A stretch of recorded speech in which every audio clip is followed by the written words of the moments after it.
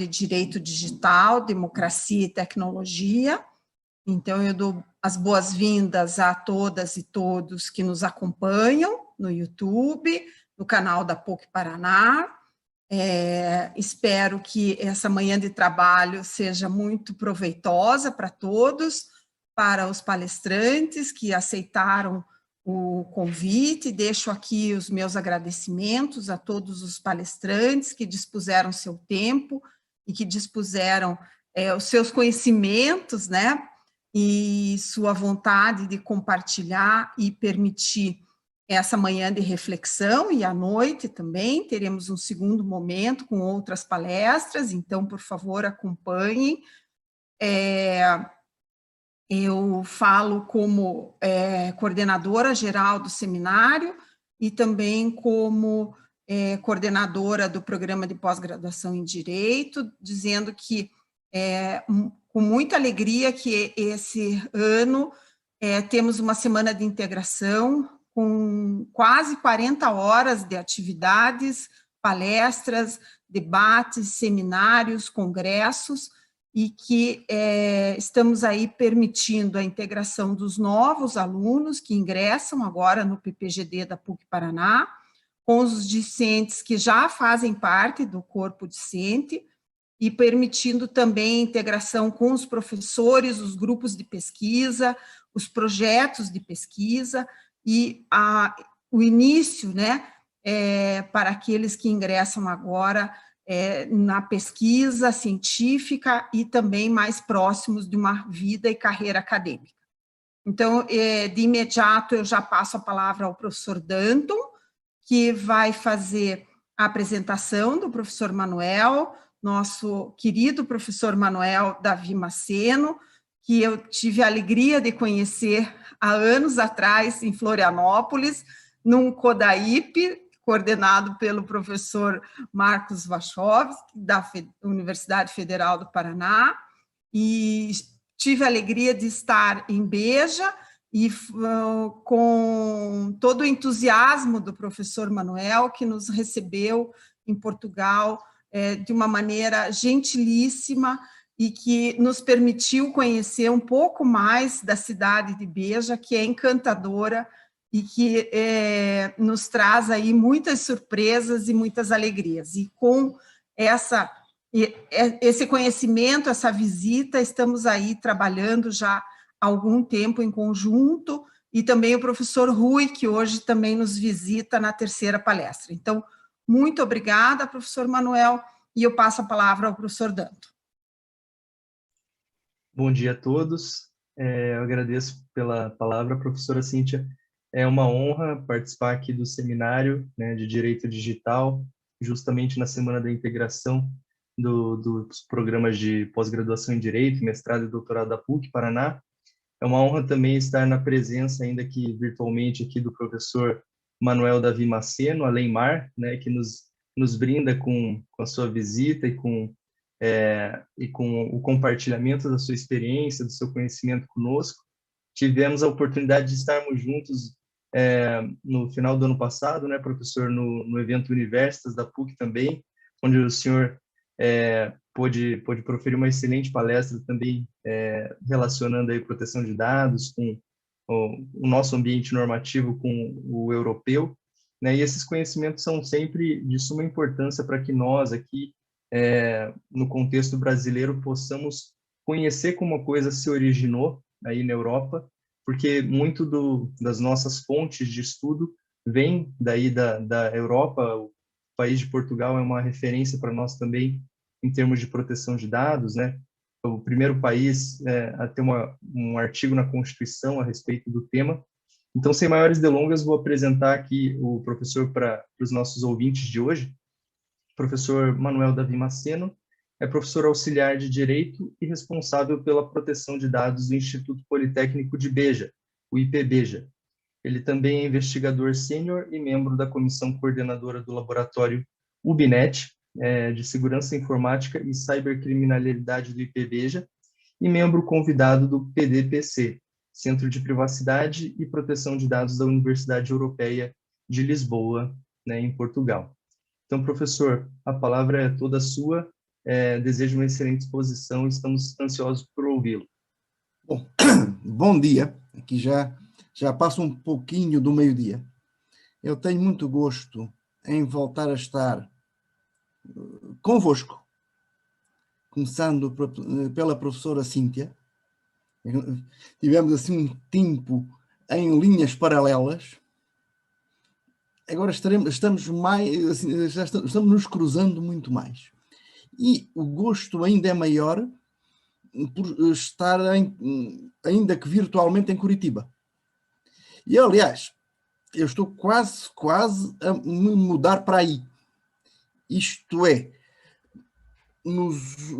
entre outubro e dezembro estive em 6 eventos virtuais desde Curitiba. Com vocês na PUC, 2 na Federal, 2 na Unicuritiba e um ainda no Instituto de Relações Internacionais do Paraná. Aliás, tratando de questões de transferência internacional de dados entre a União Europeia e o Brasil em termos de análise prospectiva. Bem, eu vou ser o mais curto possível. Eu tenho fama e algum proveito de prolixidade. Dito de outro jeito, sou um chato.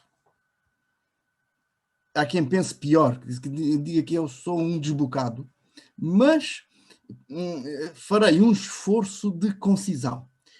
Por isso mesmo, sobretudo para me autolimitar, mas subsidiariamente, para que fique informação designadamente para os vossos mestrandos, que eu depois compartilharei a apresentação. Eu preparei uma apresentação detalhada, que não é totalmente original, aliás, é quase impossível que o fosse, mas tem já alguns elementos novos de reflexão que foram propiciados pelo que ocorreu nos últimos meses. Assim, com a vossa licença, eu vou passar a compartilhar. Bom, creio que já estarei visível, podem confirmar a apresentação. Estão vendo? Está visível. Está visível. Bom, aliás, começo até por uma declaração de indignação. Eu não sei o que é que esta sigla GDPR aqui faz. Isto porque a designação formal do regulamento em qualquer língua nova e latina é RGPD. Ou seja, em Portugal, na Espanha, na Itália, na França, ninguém fala GDPR.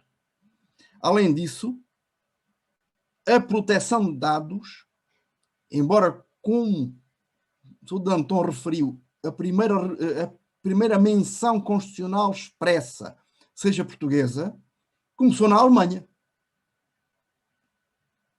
no estado de Hesse, logo em 1970. E depois Suécia, depois França, depois, em simultâneo, a Alemanha na escala federal. Depois temos a sentença do censo, também na Corte Constitucional Alemã. Quer dizer, a lógica é alemã e latina, não é anglo-americana. Por isso, GDPR, com o devido respeito, é absurdo. Embora seja comum entre informáticos. Daí, me limito a manifestar a minha, digamos que, indignação. Embora também seja comum, se inicialmente a lei brasileira não se designava por Lei Geral de Proteção de Dados, LGPD, isso só ocorreu no ano seguinte, depois dos vetos da medida provisória. Ela chama-se Lei Geral de Proteção de Dados desde 2019. Bom, e aí também no Brasil, o Marco Civil nunca se chamou Marco Civil. Se forem à lei de 23 de abril de 2014, que eu acompanhei a elaboração, aprovação e vicissitudes, nunca se chamou Marco Civil. É uma designação dos mídia, que hoje podemos dizer que vigora por razões, por via consuetudinária e instantânea, na velocidade da rede. Mas vamos em frente com alguma assertividade. Em primeiro lugar, é comum, até mais do que falou o professor Danton, dizer, bem, a lei brasileira, lei 13709, inicialmente de 14 de agosto de 2018, como sabem, entrou em vigor apenas em setembro de 2020, seria como que uma projeção, uma concretização. Eu aí, numa aula minha de mestrado na Unisc, disse, bom, uma projeção tropicalizada. Antigamente tropicalizava-se materiais, metais, couros, para resistir ao clima, e aqui é uma pequena adaptação. Bom, ele foi dizer que não é. Aliás, sendo até menos simpático e utilizando um termo muito antigo do letra romano, se aqui existe uma filiação, será uma filiação espúria. A tal que daria a possibilidade ao pater familias de não aceitar o filho, legitimamente. E o que é que isso significa? Voltando em termos concretos jurídicos, que tal como está, a LGPD, como está a LGPD, o Brasil não tem condição nem de aderir à Convenção 108 do Conselho da Europa sobre proteção de dados, que é a matriz. Como o Uruguai já fez desde 2013, porque é uma convenção aberta, e na lusofonia também o fez, mais recentemente, Cabo Verde e outros países, mas também não reúne as condições para que a Comissão Europeia venha proferir uma decisão de adequação nos termos do artigo 45 do RGPD, permitindo a livre circulação de dados da União Europeia, ou melhor, do Espaço Económico Europeu, porque também se aplica à Noruega, à Islândia e ao Liechtenstein, o RGPD, permitindo uma livre circulação de dados para o exterior. E temos ainda um aspecto que quero falar no fim, que é a incompletude da LGPD. E que, enquanto o regulamento europeu é tendencialmente fechado no sentido de reforçar as garantias dos cidadãos, dos titulares dos dados, logo, as próprias possibilidades que os Estados-membros têm pelos seus órgãos legislativos, não estou pensando em órgãos de natureza administrativa, ainda que reguladores, que os Estados-membros têm é muito limitada. Aliás, encontramos isto no artigo 23 do RGPD, e limitada naqueles termos que já vinham em matéria de privacidade no número 2 do artigo 8º da Convenção Europeia dos Direitos Humanos de 1950. De necessidade no contexto de uma sociedade democrática. É o poder dos Estados-membros que estão nessa função regulamentar, ainda que nível legislativo, sob controle do Tribunal de Justiça da União Europeia, é muito, muito limitado.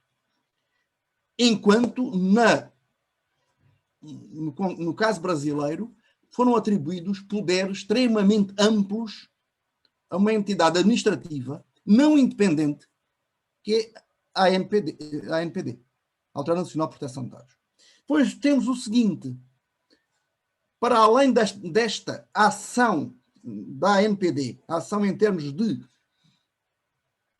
planejamento regulamentar, falaremos um pouco pouco da portaria que saiu há semanas, há uma pedra de toque que nos mostra que é recente, muito polémica, que nos mostra como a LGPD, afinal, é uma versão não adaptada, mas uma versão com opções políticas perfeitamente legítimas. Aliás, o Brasil é um Estado soberano há quase 200 anos. É uma democracia. Por isso, podem ter as opções que entenderem dentro do quadro constitucional. O que é a situação do WhatsApp? A alteração dos termos de utilização do WhatsApp, que foi colocada de modo, posso até dizer, radicalmente diferente na União Europeia e no Brasil.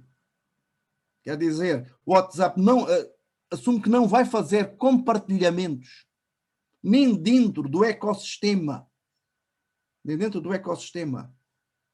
WhatsApp, Instagram, Facebook. Porquê? Porque fizeram uma análise regulatória e viram que aqui não dava. Aí fizeram a mesma análise e, para além das questões ligadas ao efeito de rede e ao controle de mercado. Aliás, eu andei defendendo até o grupo de trabalho da Fiesp, que devia ser suscitada a intervenção do Conselho Administrativo de Defesa Económica por fins, por mercado, por controle do mercado, não é questão tanto de consumidor, porque há alternativas no mercado gratuitas, mas sim por controle de mercado, por tal efeito de rede. O que não foi feito, aliás, o CAD vosso retraiu-se, fez de conta que não acontecia nada e ninguém acionou, ninguém com peso o acionou. Bom, mas dizer isto, e estou fazendo quase que um resumo inicial em modo flashback de cinema. Estar aqui, vamos para o flashback, chegar aqui com as conclusões primeiro, até porque se alguém tiver que fazer alguma coisa, pode ir já embora e já leva as ideias fortes. Que é o seguinte: o Congresso Brasileiro quis fazer o que seria uma operação impossível. Transpor um modelo, mas fazê-lo com a menor oneração possível para as empresas. Nomeadamente para as PMEs, pequenas e médias empresas. Quiseram fazer uma versão de execução barata. Fazer uma lei é simples. O problema é a aplicação. Bom, não se pode ter tudo. Como dizem os ingleses, não se pode ter o bolo e comê-lo. Ou seja, ou se tem o bolo ou se come o bolo. Ou se come metade do bolo. Não se pode ter as duas coisas. Bom, nós sabemos que em mecânica quântica até seria probabilisticamente possível. Uma professora Cíntia sabe melhor que nós. Embora essa possibilidade esteja só nas partículas elementares, não aí no nosso macrocosmos. Mas não se pode ter as duas coisas. Ou se tinha uma lei de proteção de dados, desculpe o termo, a sério, e isso haveria custos fortes para os controladores, ou então se tem uma versão mais barata. Se me permitem dar um exemplo até meio simplório, alguém pode comprar um Gol ou pode comprar uma Mercedes. Não pode esperar, comprando um Gol, que tenha o mesmo desempenho de segurança ou de conforto que uma Mercedes. Ponto final. Se não quer gastar, não pode gastar, depois não vai na rodovia, vê passar uma Mercedes e começa a acelerar com um Golo em segunda mão, ou terceira mão, que faça uma Mercedes do lado. Isso não dá. É uma opção, não se pode ter tudo. Problemas. O problema primeiro é com o objeto material. Tem a ver o que é que no âmbito da aplicação, o que é que se entende por dados pessoais. Problema. No RGPD, de Regulamento Europeu, temos uma definição analítica, que depois ainda é explicitada pelo considerante 30. Façam um esclarecimento aí aos vossos novos mestrandos, que os atos europeus, até pela sua fonte de legitimidade, necessitam de fundamentação, tanto que são precedidos de considerandos, preâmbulos enormes. No caso do RGPD são 173. Em texto corrido há quase mais caracteres nos considerandos que no articulado. E muitas vezes matérias explicativas que poderiam estar no articulado ficaram nos considerandos, até por razões de economia legislativa. No entanto, o Tribunal de Justiça, muito frequentemente, recorre aos considerandos como elemento essencial para a interpretação e aplicação do regulamento. Deste regulamento ou de outros, ou diretivas. Dito de outra maneira, os atos europeus vêm com um livro de instruções. Quem precisa... É impensável estudar o regulamento sem ter em atenção permanente os considerados. E já agora também, não podemos tratar disso, dos pareceres e das orientações do que hoje se chama Comitê Europeu para a Proteção de Dados, que é integrado por representantes de todas as autoridades nacionais, mais pela Autoridade Europeia para a Proteção de Dados, que faz a proteção de dados nas próprias instituições, e com a participação como observador, sem voto, da Comissão Europeia, do Executivo. E há pareceres já, e esses pareceres já vêm de há anos, porque antes, na Diretiva 9546-CE, que antecedeu o regulamento, já lá tínhamos o chamado Grupo de Trabalho do artigo 29, que produziu muitos pareceres, que são importantes. São pareceres que, atenção, não são meramente consultivos. Porquê? Porque, com base no princípio da boa-fé e da estabilidade, aliás, pensarmos nos princípios da LGPD, artigo 6º, no caput, se a memória não me falha, temos logo a questão da boa-fé. Na boa-fé. Aqui a versão portuguesa, a versão alemã também fala em boa-fé, a versão portuguesa do regulamento fala em lealdade, a italiana ou a inglesa falam em correção, dizer garantia das expectativas das pessoas. O que é que temos? A partir do momento em que o regulador, ou o conjunto de reguladores, antes por unanimidade, agora por maioria, aprovam orientações, essas orientações são vinculativas para quem as aprovou. Não são vinculativas para os próprios, não são vinculativas para os tribunais, controlam, mas são vinculativas para o regulador. Pronto, mas se isto é analítica, na lei brasileira é sintética, artigo 5º, inciso 1º. Embora, sobretudo, se nós pensarmos na integração com as definições também do artigo 5º de dado sensível e dado anonimizado, conseguimos ainda ir mais longe. E se ainda acrescentarmos a definição que está em vigor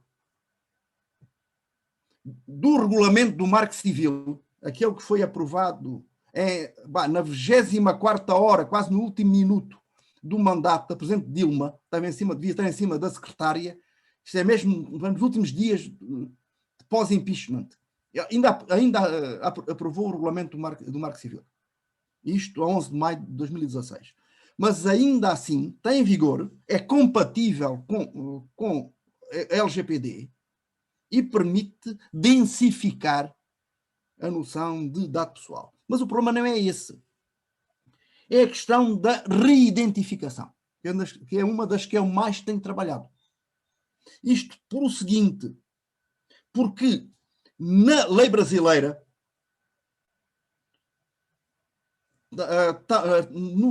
aliás, até quase pleonasticamente, repete, aliás, esta questão dos meios técnicos razoáveis e disponíveis na ocasião do tratamento, vem mais de uma vez. O que é que temos? Os dados anónimos ou anonimizados, quer dizer, dados que nunca tiveram uma conexão com uma pessoa natural, ou essa conexão foi eliminada, ou foi outra técnica, como por exemplo de dispersão, deixou de ser viável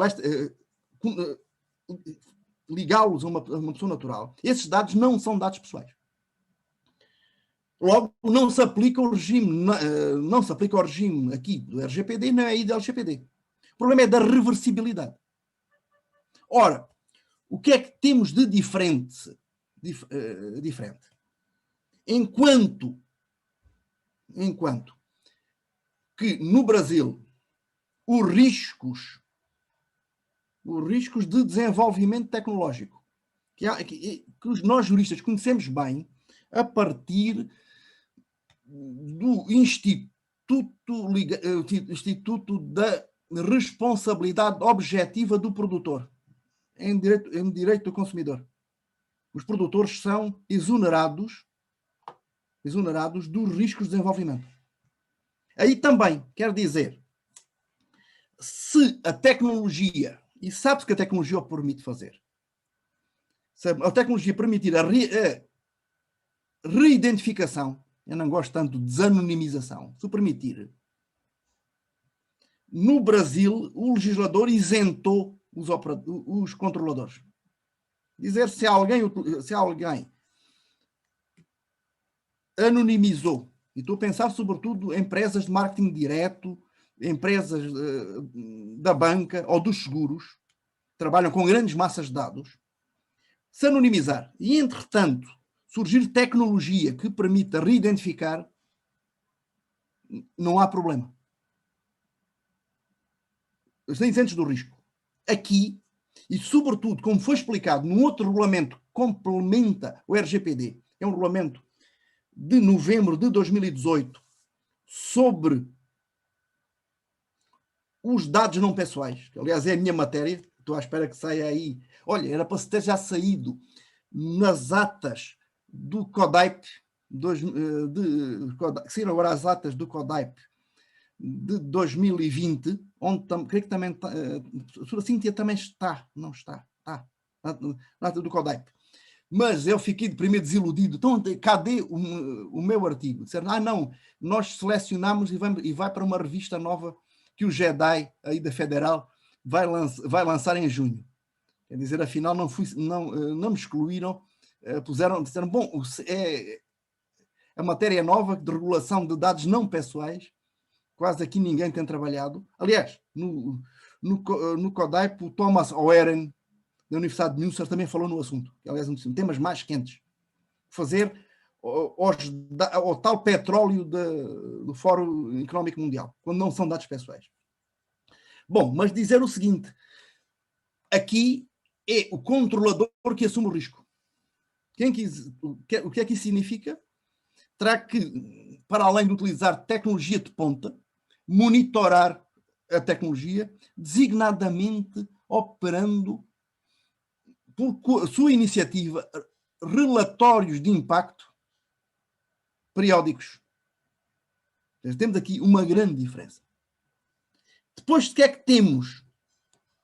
Um aspecto importante que para nós é basilar e que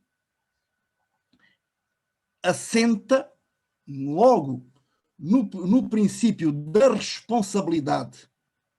E aqui são os pleonásticos. Responsabilidade do responsável pelo tratamento. A responsabilidade aí do controlador. Eu fui intercalando a terminologia da LGPD, para não haver confusões. Responsabilidade proativa. Aquilo que sim, os nossos amigos administradores chamam de accountability. Porque é bom qualificar como proativa para que não haja, pois, confusão com responsabilidade administrativa, responsabilidade civil ou responsabilidade criminal, que até estão previstas no RGPD, artigos 82, 83, 84.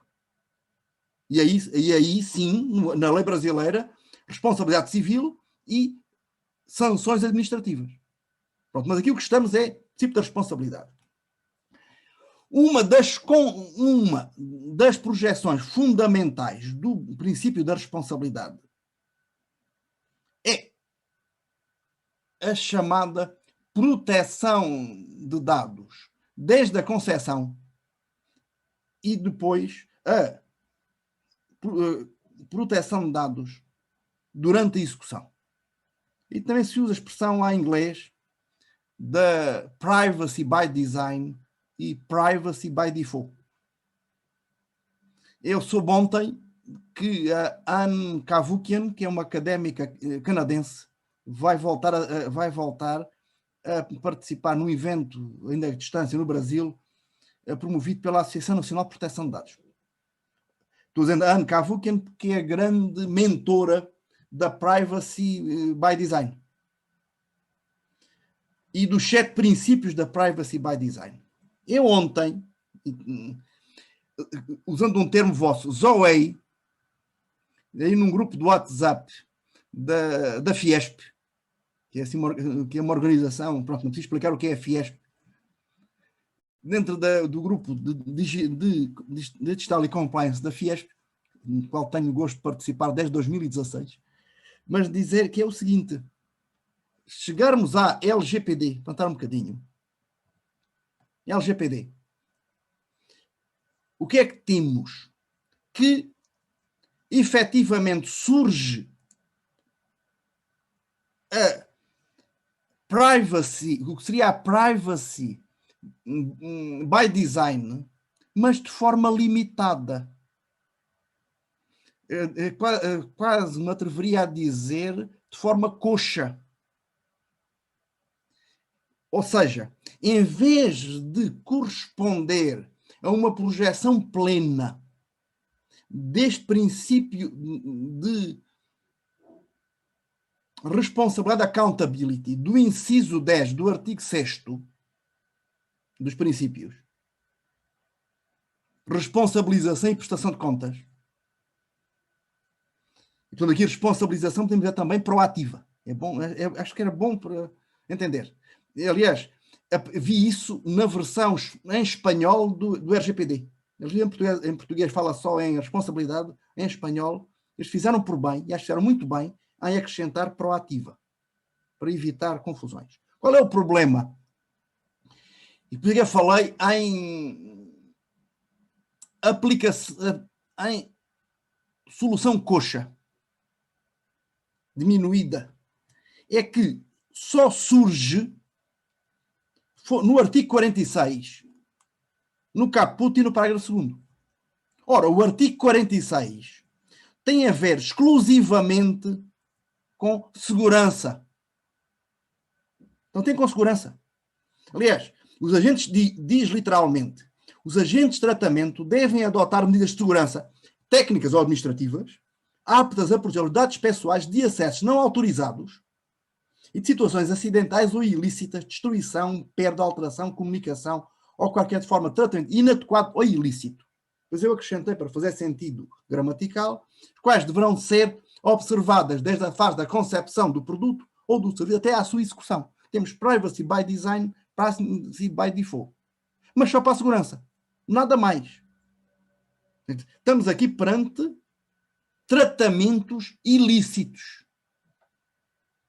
Ou seja, isto não se aplica aos próprios controladores. E temos aqui um RGPD menos. É só no setor da segurança. Isto tinha que ser assim, talvez, em abono do legislador brasileiro, dizer que na diretiva em matéria de proteção de dados de 1995 também só estava explicitamente na segurança.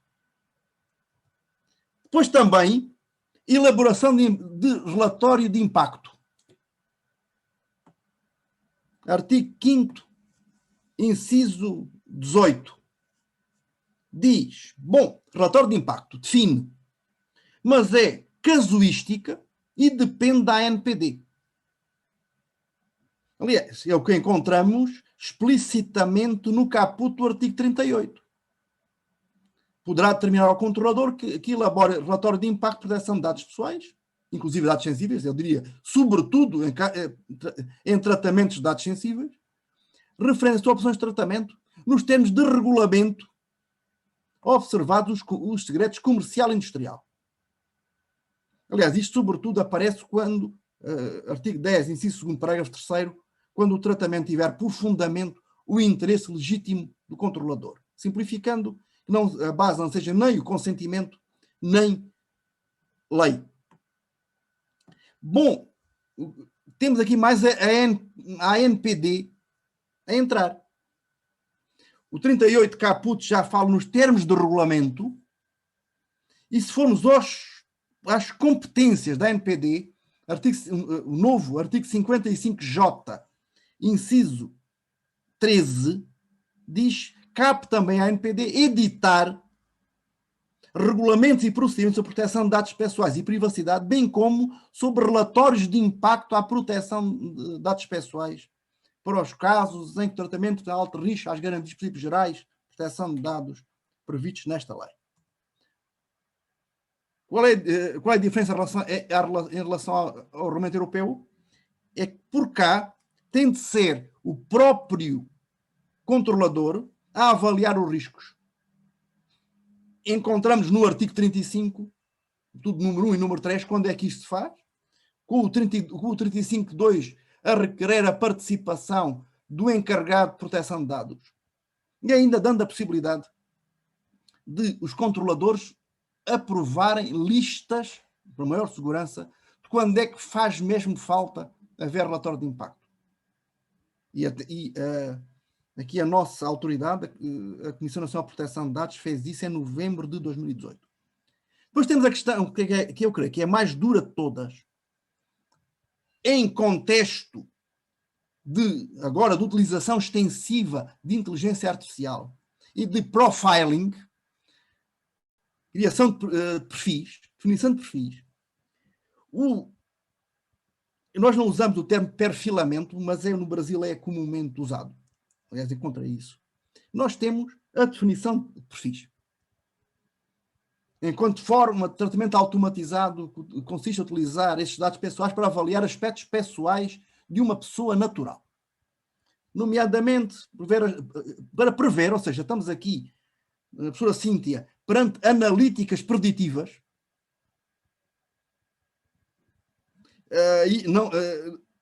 quem estiver muito distraído, pense em Minority Report, assim, para dar assim uma imagem cinematográfica, avaliar como vai ser, ou como é provável que vai ser, ou muito provável que vai ser. E o que é que temos aqui no Regulamento Europeu? Obrigatoriedade de elaborar um relatório de impacto. 35.3a. Com direitos reforçados de acesso à informação.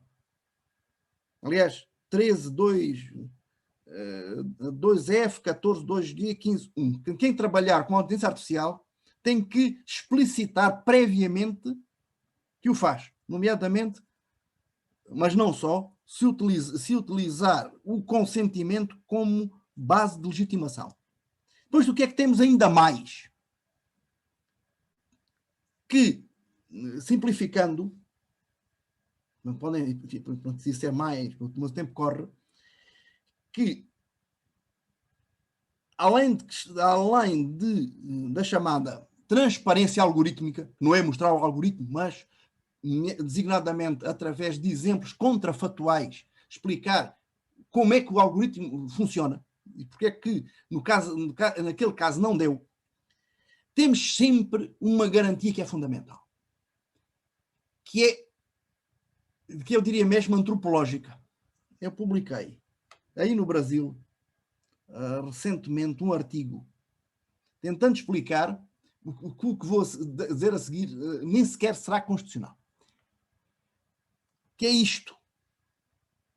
E vamos ver.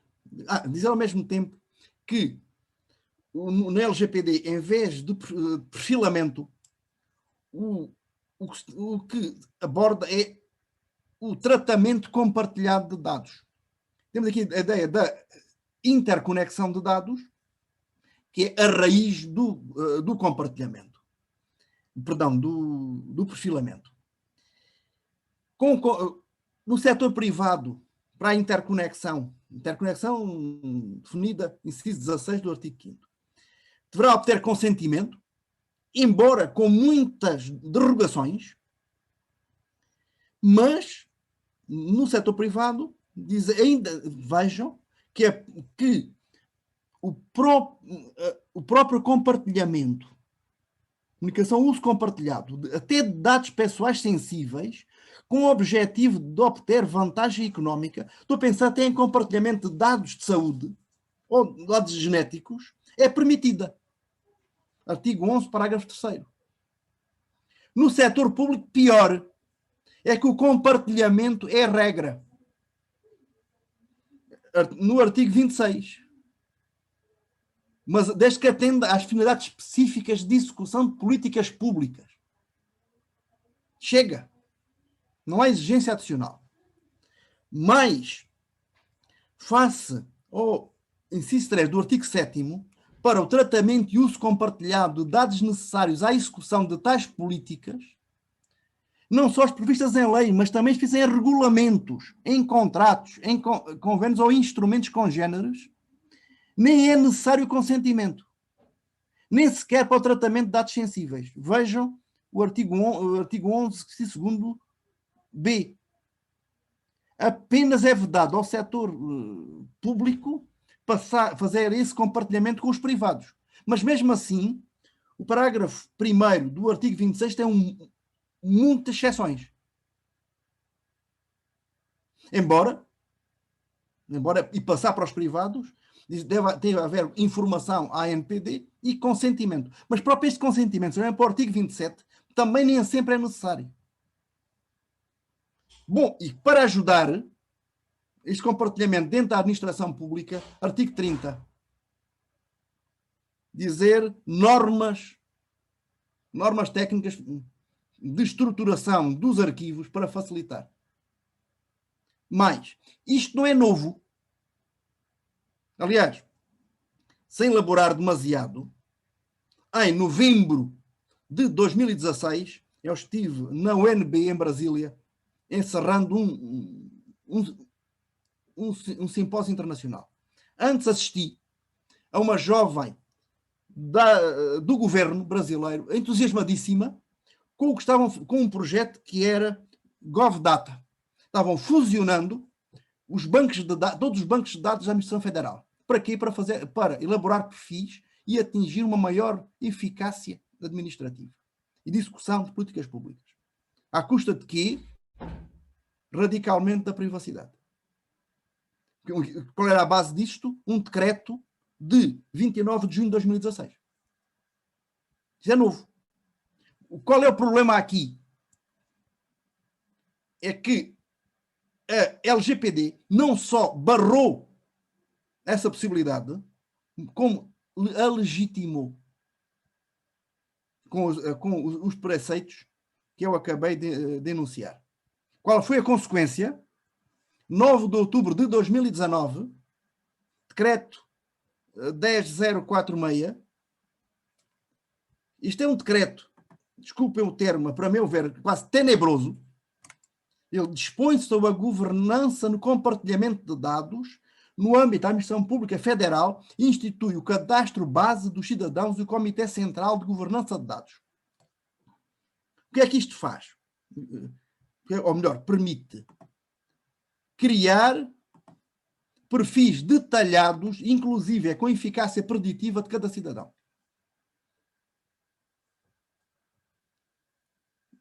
Bom, aí teremos bom problema. E voltamos onde eu estava.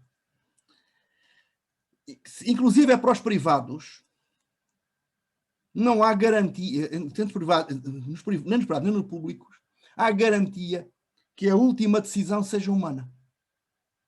Quer dizer que o que choca, inclusive, é com os princípios da OCDE sobre a inteligência artificial, que o Brasil subscreveu.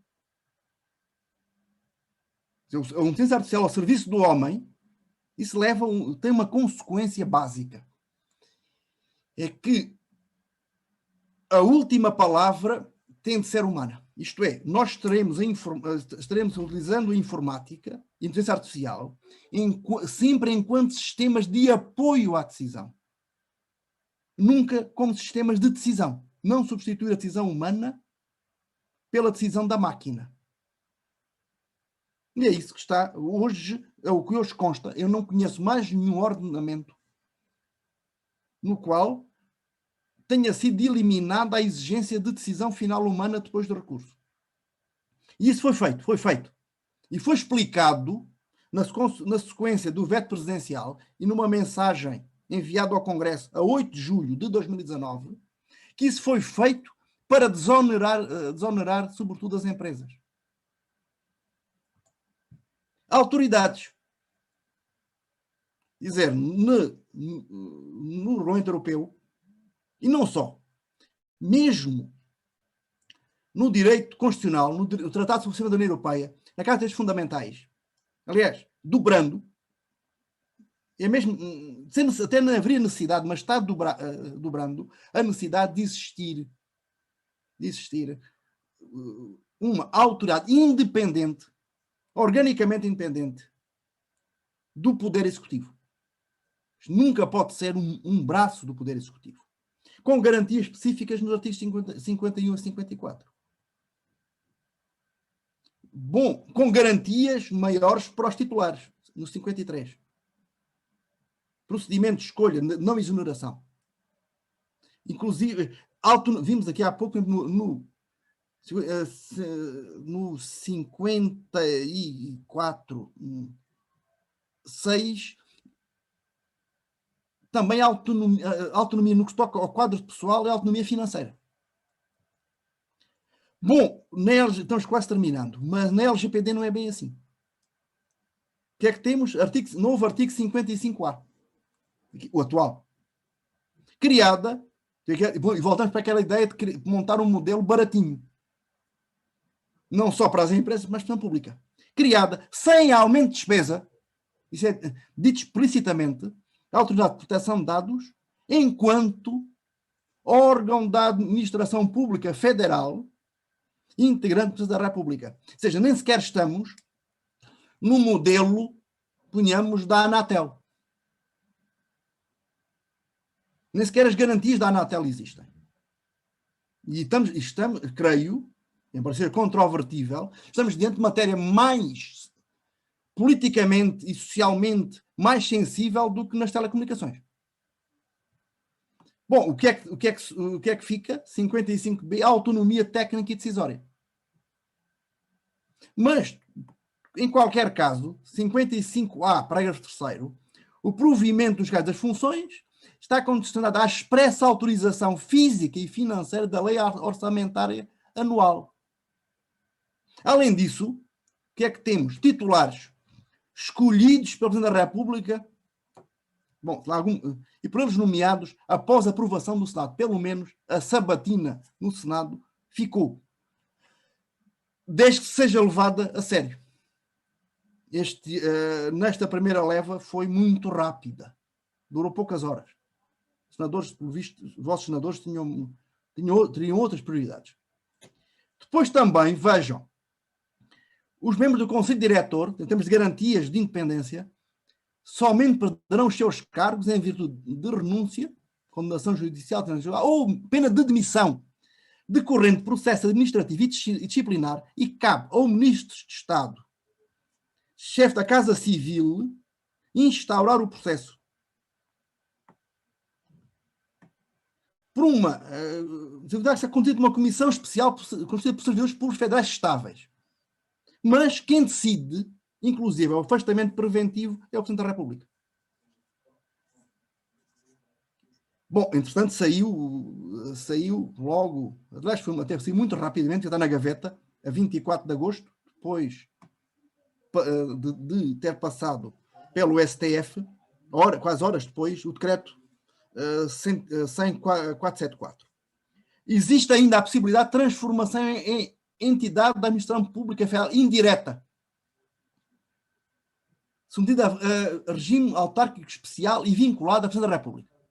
Bom, mas isso só é possível, artigo 55, letra A, parágrafos 1º e 2º, por iniciativa do atual titular do Poder Executivo. E até 2 anos, da data de entrada em vigor de estrutura regimental da NPD, que é agora. Ou seja, foi aprovado o regimento, publicado, procedimento interno, e a partir de agora 2 anos. Penso que ainda praticamente cabe dentro do mandato do... Sim, talvez. Bom, terminando. Administrativização normativa. Eu falei logo no início. Portaria número 11, 27 de janeiro deste ano. Aprovou a agenda regulatória bianual para 2021 e 2022. O que é que irá haver? E com base, com que ligação a que preceitos da LGPD? Sobre proteção de dados e privacidade para pequenas e médias empresas. Ou pessoas físicas tratam de dados pessoais para fins económicos. Irá haver um regulamento aprovado sob a forma de resolução. Sobre os direitos titulares dos dados, temos um regulamento sobre titular dos dados. Sobre sanções administrativas, metodologia também de aplicação das sanções. Comunicação de incidentes e especificação do prazo de notificação, porque tudo isto ficou fora da lei. Elaboração e conteúdo do relatório de impacto. Sobre o encarregado de proteção de dados. Quando é que é afinal mesmo necessário, competências é que tem, e ainda regras sobre a transferência internacional de dados pessoais para o exterior do Brasil. Em contrapartida, o Regulamento Europeu não confere poderes de natureza regulamentar às autoridades de controle. Aliás, se podem aprovar cláusulas tipo para, no que refere aos contratos entre controladores e processadores. Não são obrigatórias, mas são de referência. Também para transferências internacionais. Para facilitar a avaliação casuística, não havendo uma declaração de adequação por parte da Comissão Europeia, do Executivo. Regras vinculativas nas transferências internacionais, mas quando as mesmas estão dentro do mesmo grupo de empresas. Por exemplo, aí no Brasil está a EDP, é uma empresa portuguesa de eletricidade, que é a dona da Bandeirantes em São Paulo. Transferência de dados, como é que pode funcionar dentro da mesma empresa? Ou pensar os espanhóis do Santander também estão aí, como é que funciona dentro do mesmo grupo de empresas a circulação de dados? Ou códigos de conduta. Códigos de conduta elaborados por associações representativas. Aliás, a própria Comissão Europeia, o Executivo da União, tem poderes semelhantes, mas à escala não nacional, mas à escala da União. E só tem mais para aprovar regras relativas aos procedimentos e às marcas de certificação. E acabou, estamos a ter aspectos mínimos. Nada mais é suscetível de regulamentação. Concluindo, e volto quase a dizer o mesmo que falei no início. Creio que terá ficado em evidência uma orientação coerente, não há aqui caos, não há incompetência, no sentido de limitar os direitos dos titulares de dados, das pessoas naturais, por forma a exonerar responsabilidades por parte dos controladores. Além disso, foram mantidas e reforçadas possibilidades de monitoramento dos cidadãos, incluindo monitoramento preditivo. Também, que é um risco para a democracia, porque se for possível identificar quais são as aspirações ou quais são as motivações de cada eleitor, nós teríamos uma Cambridge Analytica com uma dimensão geométrica. E olha, podem até bater quando eu voltar no Brasil, mas aqui isto será muito complicado para um funcionamento de uma democracia, pelo que a minha esperança, por isso aqui é o bater, está em que a administração, um governo, seja este governo, seja um outro qualquer, não seja capaz de implementar estas medidas. Quer dizer, a minha esperança está na incompetência.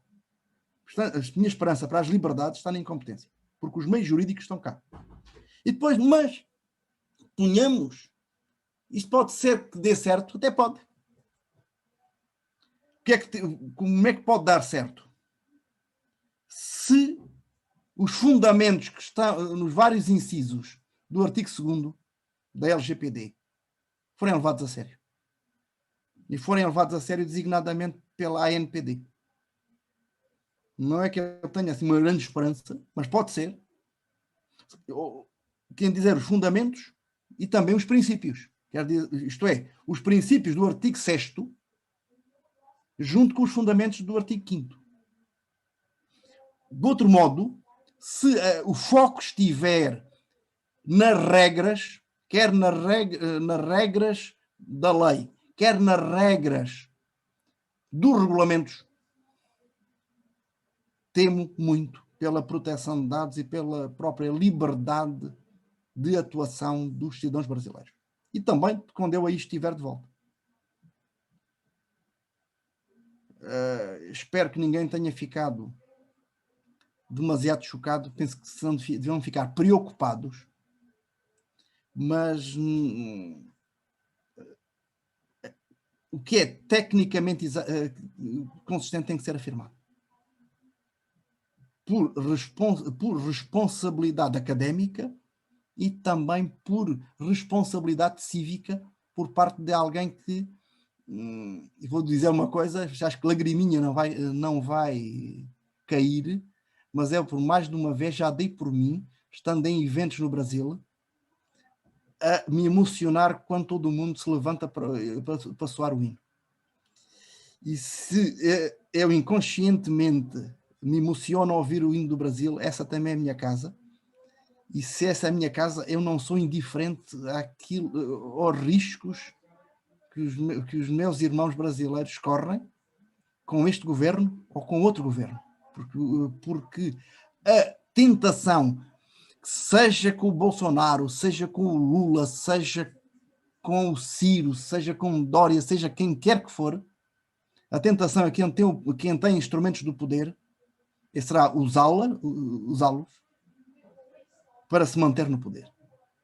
Aliás, por essa mesma razão, e assim termino, em Roma, quando o Senado votava uma vitória, quer dizer, uma homenagem a um general, geralmente um cônsul, que vinha de uma campanha e entrava em Roma com a legião à frente, desarmados, porque os legiões não podiam entrar em Roma, ele ia num carro, já por cavalos, e levava um escravo por trás, que lhe segurava uma coroa de louros e dizia incessantemente, ao longo de todo o percurso, lembra-te que és homem, lembra-te que és homem, lembra-te que és homem. Porque a tendência natural é de alguém sentir, quando chega ao poder, deixar de sentir homem para se sentir Deus, omnisciente e omnipotente. Aliás, na cultura portuguesa antiga, há um ditado que afirma: se queres conhecer o vilão, põe-lhe uma vara na mão, dá-lhe poder. E aí se verá a parte negra que todas as almas temos, umas mais, outras menos. Bom, professor Danton, eu sei que abusei, mas como não me calaram, eu continuei falando.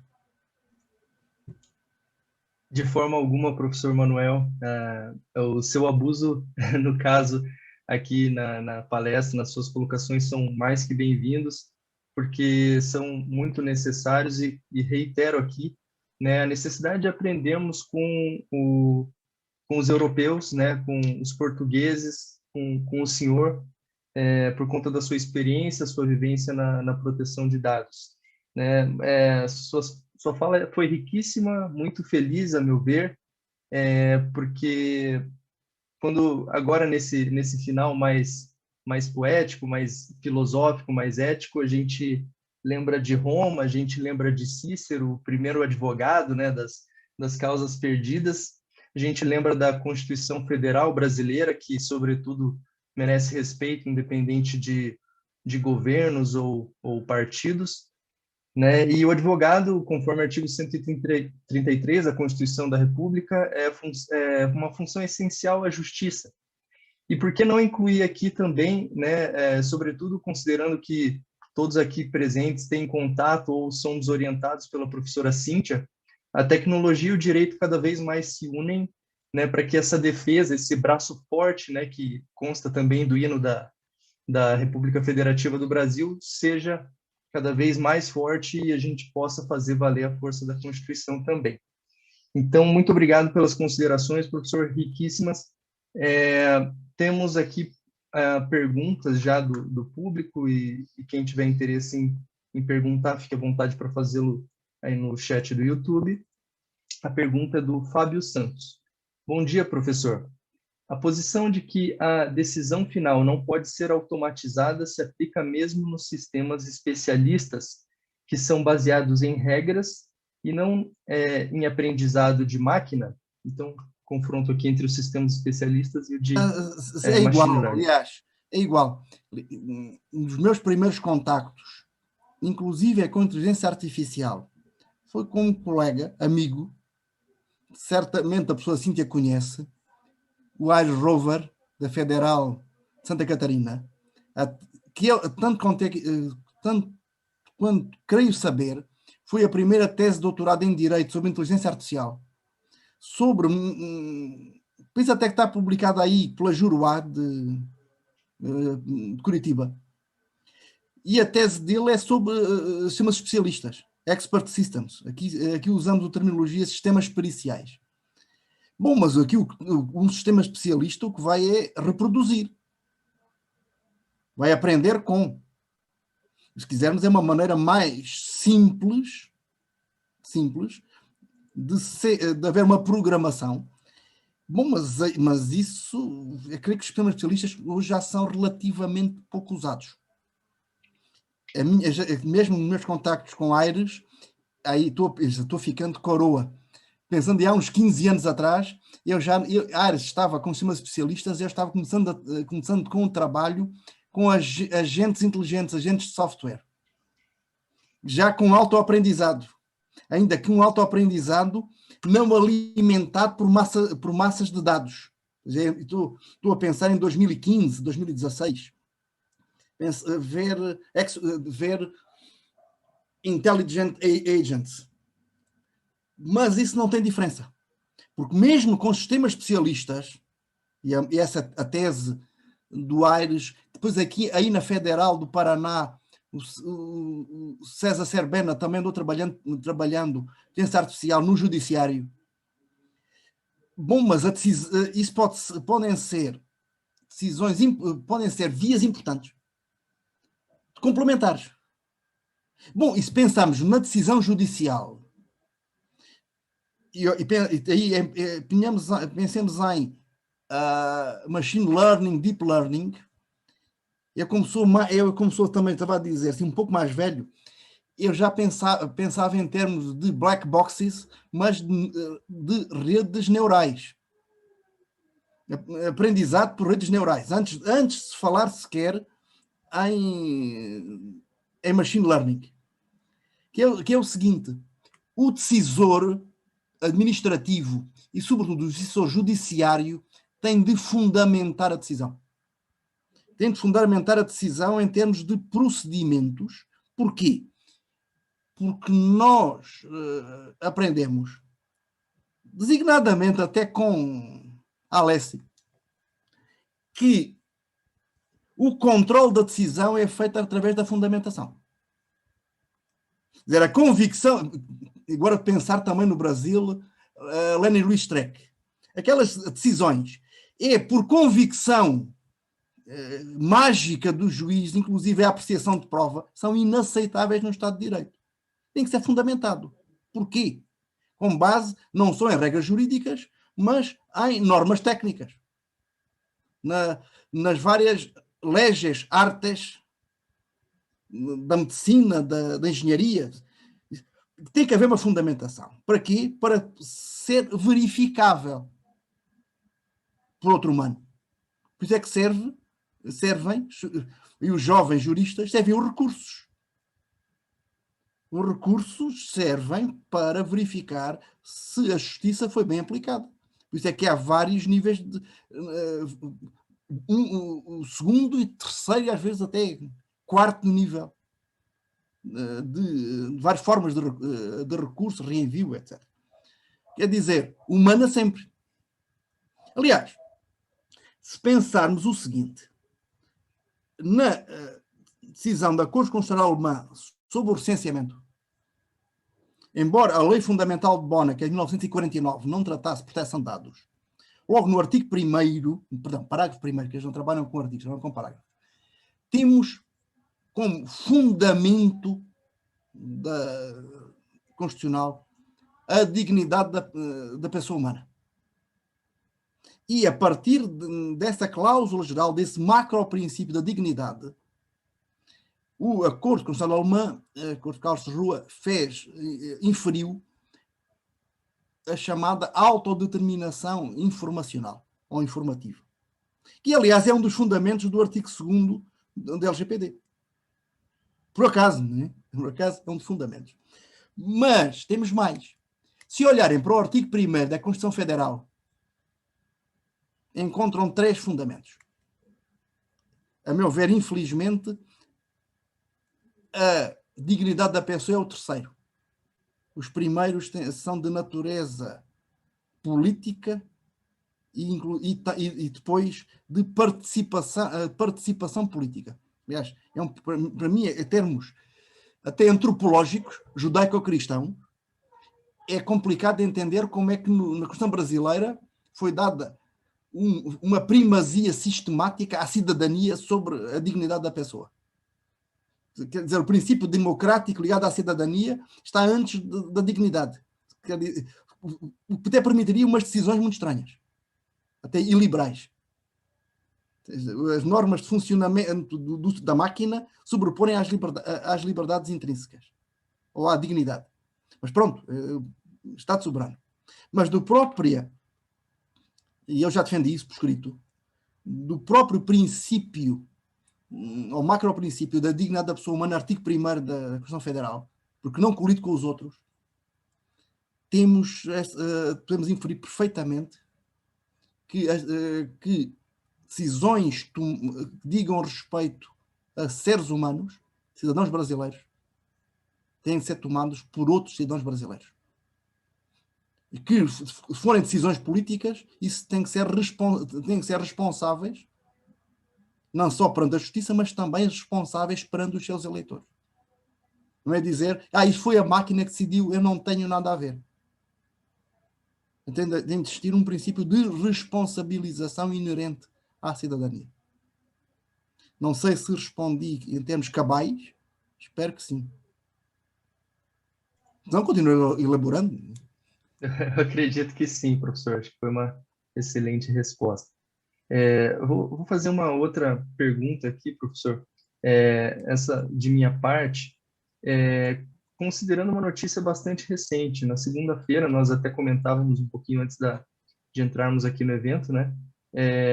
A Autoridade Nacional de Proteção de Dados brasileira, que o professor até criticou, né, a questão da independência, da constituição dessa autoridade, né, e muito se critica a respeito disso, a meu ver, de forma acertada, inclusive. A autoridade firmou um convênio, um acordo de cooperação técnica com a Senacom, que é a Secretaria Nacional do Consumidor, né, e a gente começa a verificar que existem competências, às vezes, concorrentes entre a Autoridade Nacional de Proteção de Dados e outras autoridades, tais quais a Senacom, o Banco Central, o CAD, que o professor mencionou, da Defesa Econômica, né? E, por vezes, essas competências concorrentes podem acabar se chocando no que diz respeito especificamente à autoridade da Autoridade Nacional de Proteção de Dados em regular as questões específicas sobre proteção de dados. Queria perguntar, com base nisso, professor, como que o senhor vê essa questão, né? São bem-vindos esses acordos? Tem que ter essa dinâmica? Creio que sim, apenas com um caveat. Esses acordos não podem levar a uma diminuição dos direitos dos titulares, pelo menos os que estão garantidos na LGPD, ou que estão no CDC. Vês? Até porque o próprio CDC já tinha há 30 anos, sim, o CDC está em cima dos 30 anos, que o próprio CDC já tinha normas sobre proteção de dados de consumidores. Eram e são limitadas, quer dizer, o Código de Defesa do Consumidor brasileiro não se compara à Consumer Privacy Act da Califórnia de 2018. Acho que isso é uma lei geral de proteção de dados que, sendo os Estados Unidos uma federação, competência estadual, eles conseguiram montar uma lei de proteção de dados, ainda que apenas para o setor privado, nas relações entre empresas e consumidores. Mas estava pensando que até temos que deixar instigar os jovens e tudo que estão pensando até em dissertações já, ver como é que se pode articular melhor a proteção de dados, ou melhor, pensar em cidadãos consumidores.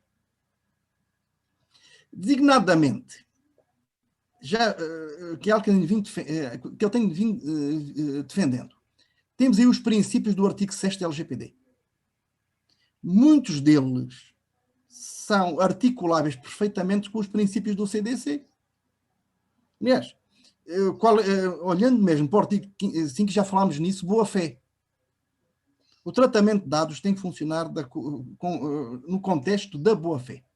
Boa-fé subjetiva e boa-fé objetiva. Ora, daí já temos uma hiperconexão, um link que nos permite comunicar os regimes da proteção de dados com a defesa do consumidor. Só isso. Quer dizer, isso é um trabalho, creio, para a doutrina e para a jurisprudência, porque a proteção do consumidor e a proteção da defesa do consumidor não se excluem, complementam-se. E pronto, eu sou suspeito sobre isso, porque tenho vindo a publicar sobre o assunto, e já agora faço publicidade. Está saindo a 4ª edição daquele livro coordenado por um grande amigo, o professor Guilherme Magalhães Martins, da FND do Rio, chama-se Direito Digital, Direito Privado da Internet. Eu participo no livro desde a 2ª edição, e entreguei uma versão revista e atualizada em novembro, para a 4ª edição, que deve estar saindo agora por abril do livro, trabalhando exatamente as relações entre proteção de dados e defesa do consumidor. Excelente. Excelente, professor. Obrigado. Estaremos com certeza